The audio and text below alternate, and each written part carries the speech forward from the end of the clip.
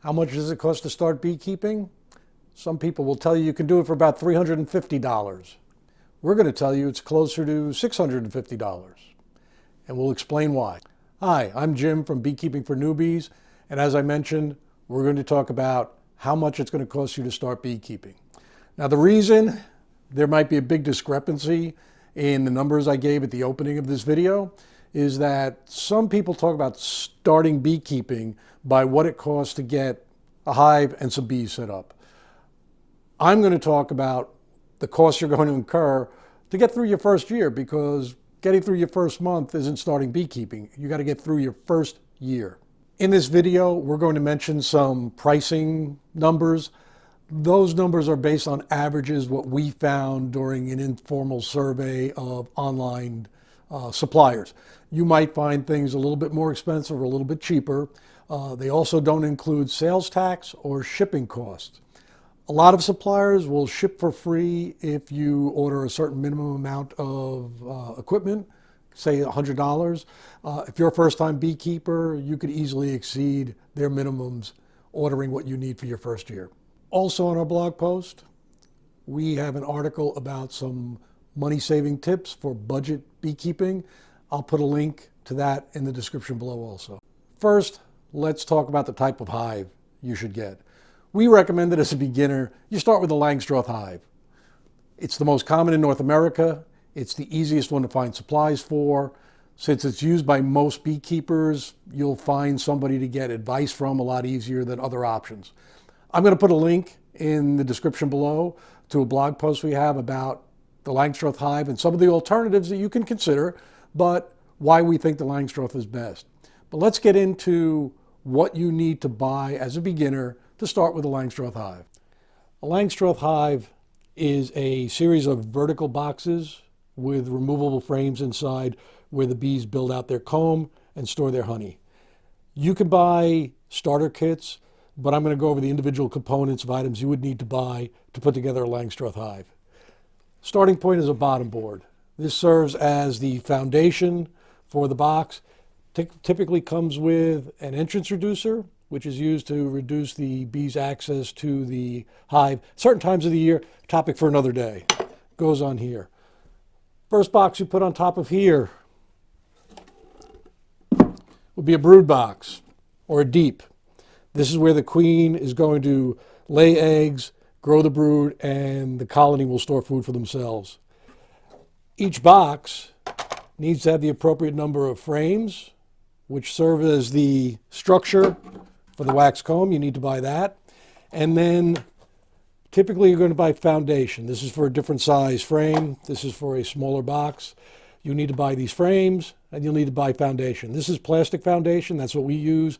You can also buy wax foundation. That's a matter of personal choice. We happen to like the plastic. A little bit easier to work with, but it's not for everybody. When somebody tells you you could start beekeeping for $350, what they're talking about is buying a kit that includes bottom board, one deep box, the frames and foundation for it, and then the covers. This one box will only get you through maybe your first month. This is not going to get you through your first year. So let's go over what else you have to buy to get through your first year. Typical arrangement is for 2 deep boxes. Not everybody does this. This is the most common. This is what you should probably do as a beginner. Again, you need 10 frames of foundation for this box. Above that goes the medium box, or a honey super. We recommend that you not take any honey your first year, but if you take honey from the hive, this is where you're going to be taking it from. And if you have a very productive hive, you're going to need to buy another honey super. So to get through your first year, you really need this many boxes in case you have a productive hive. You should assume this is what you're going to have to buy. Nobody told me there was going to be math involved. On top of it goes an inner cover. On top of that is an outer cover. To get through your first year with one hive, you should buy all this equipment. Anybody who tells you you could start beekeeping for $350 is telling you what gets started for a month, but it's not going to get you through your first year. The total cost for this, I'll put on the chart here. So that covers the Langstroth hive configuration. The boxes I was using are 8-frame boxes. Most people start with 10-frame. We like the 8-frame because they're lighter. There's not a huge pricing difference between the two. So that's a consideration. Once you've acquired all your components, you need to put it on top of something. You don't want it sitting right on the ground. If you're down south, don't get a lot of snow, you could probably put it on a pallet you could pick up free from behind some supermarket somewhere. Up here, where it's not uncommon for us to get a couple of feet of snow in the wintertime, we like to keep it about 18 inches off the ground, so a hive stand makes sense. You can spend $75 for some custom fancy hive stand, or you can pick up some cheap cinder blocks. That's up to you. One of the big expenses you're going to have, of course, is bees. Now, I've seen websites where they recommend that you can go catch a swarm and get free bees. Well, that's nice. But if you've never done beekeeping before, catching a swarm is not as simple as it sounds. We put up 3 hive boxes last year. We caught 2 swarms. It was great to get relatively free bees, but I don't recommend it if you're a beginner. This swarm that we caught last year wasn't smart enough to know they were supposed to go inside the box. I cannot imagine having to deal with this as a brand new beekeeper, and encountering situations like this is why we don't recommend that you try to start out with a swarm. Save that for your second or third year. There are 2 ways the bees typically come. First is what's known as a bee package. A bee package is a box container, a vented container, with about 3 pounds worth of bees and a queen in a cage and a can of sugar water that they can feed on while they're waiting for you to put them in their new home on your property. The other way to buy bees is what's called a nuc, short for a nucleus colony. A nuc is a 5-frame box, deep box, that includes those frames with the foundation and a queen and the bees that have gotten accustomed to living together. They've already got some eggs and brood in there typically. They may have some nectar stored already, but it's a simpler way to start. There's a price difference though. A bee package from a local beekeeper could probably run you about $135. If you buy it from an online supplier with shipping costs, that's probably going to cost you anywhere from $150 to $200. A nuc, on the other hand, is more expensive. A basic nuc will probably cost you about $200 from the start, and they're typically not shipped. They can only be picked up in person. There's also a type of nuc called an overwintered nuc. That's a group of bees that have overwintered, which means they've made it through that first winter, which is very important, and those will probably run you about $225 to maybe $250.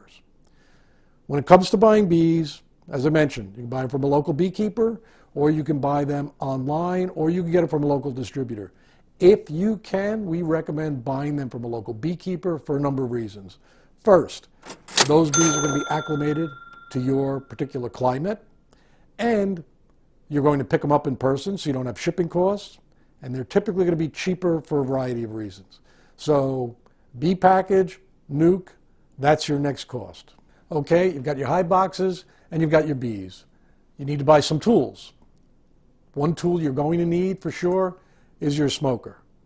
I'll put a link in the description below to a blog post we have and a video. We have everything you need to know about a bee smoker. That should help you out there. A bee smoker can run you as low as maybe $15 to $20, probably about $30 for a better quality bee smoker. Next tool you're going to need is a hive tool. Hive tool is used to pry boxes apart, lift frames out of boxes so you can inspect them, and also to harvest honey. They run anywhere from $6 to $10. Inexpensive item, but you definitely need one. I would suggest getting 2 because they're easy to lose. Easier to find if you have 2 of them. Another inexpensive tool is a bee brush. We got a bee brush when we started beekeeping. On advice of a beekeeper that we were working with, we started using turkey feathers, a little bit less disruptive to the bees. Bee brush is a $5 item. You can pick them up on Amazon. You can also pick up turkey feathers there. Use it to brush bees away from any place where they're in your way. For example, if they're on the edge of the hive when you want to put box on top, or if you want to clear them off a frame so you can expect certain things going on in the frame. The next thing you're going to need to buy is protective clothing. Honeybees sting. If you have a serious allergy to bee venom, you should be talking to a doctor about whether or not this is a hobby for you. But otherwise, you should get at least a bee jacket. If you're more comfortable, get a full bee suit. I would recommend that as a beginner, you get some beekeeping gloves. Eventually, you'll find that the gloves get in the way, and you might start doing it barehanded or wearing nitrile gloves instead. But at a minimum, I don't care what you see on YouTube with all these beekeepers that walk around in shorts and flip-flops and t-shirts and like it's no big deal. You're going to be stung. I really recommend you wear appropriate protective clothing, at least a veil to protect your face and eyes.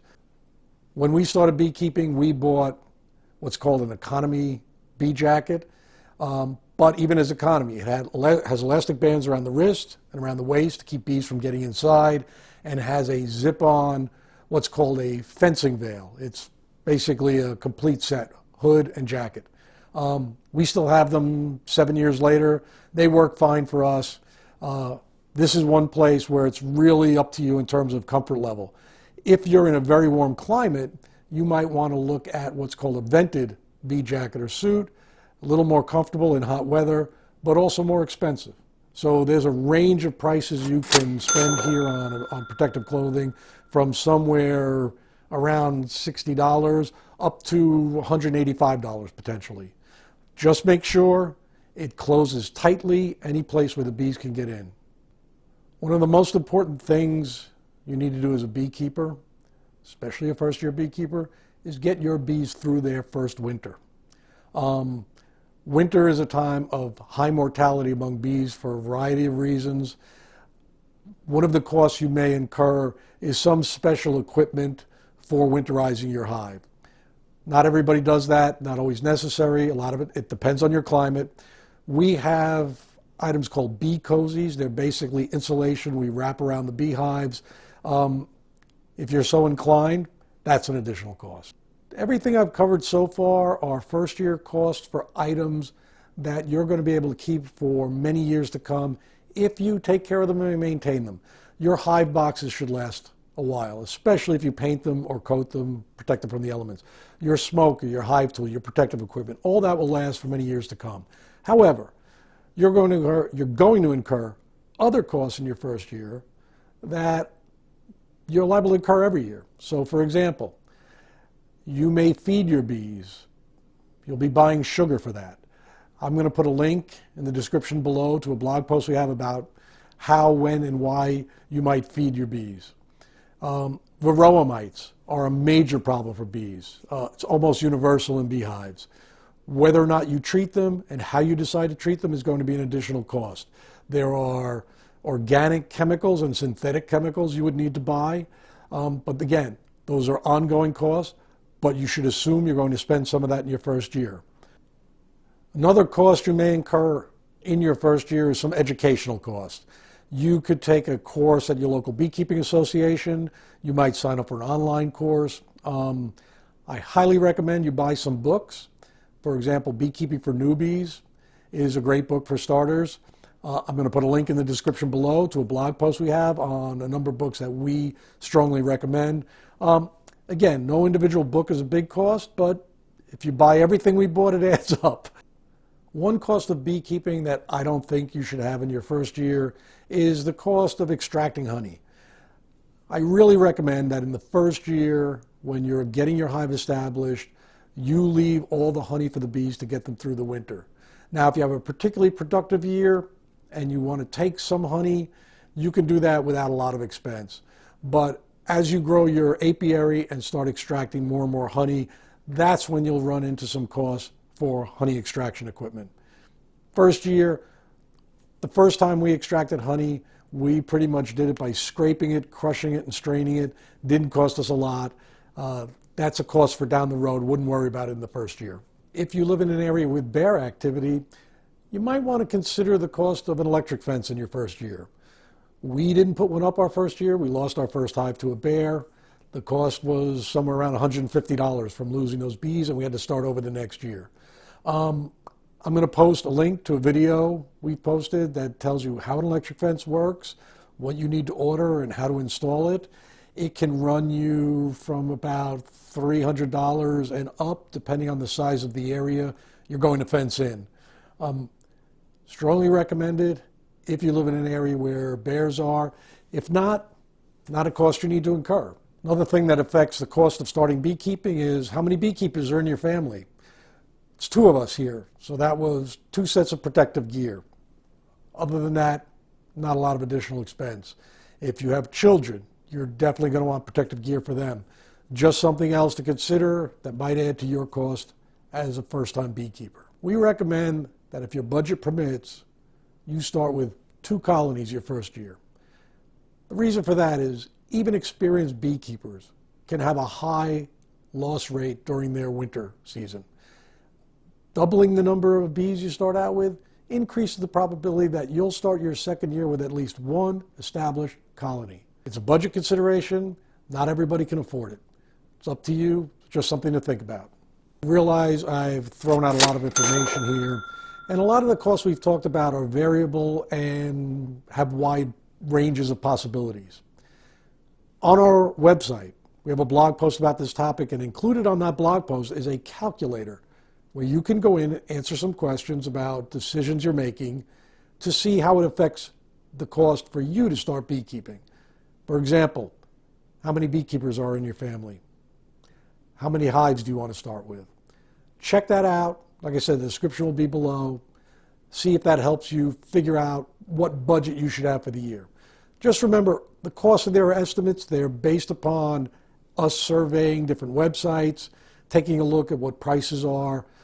Your actual costs may vary depending on where you shop and whether or not you buy at times when discounts are being offered. I think you'll find it very helpful. So that's it for this video. I hope you found it helpful. If you liked it, do us a favor, give us a thumbs up. If not, give us a thumbs down, but I'd really appreciate it if you could give us some constructive criticism in the comments below. Thanks for watching. We'll see you next time.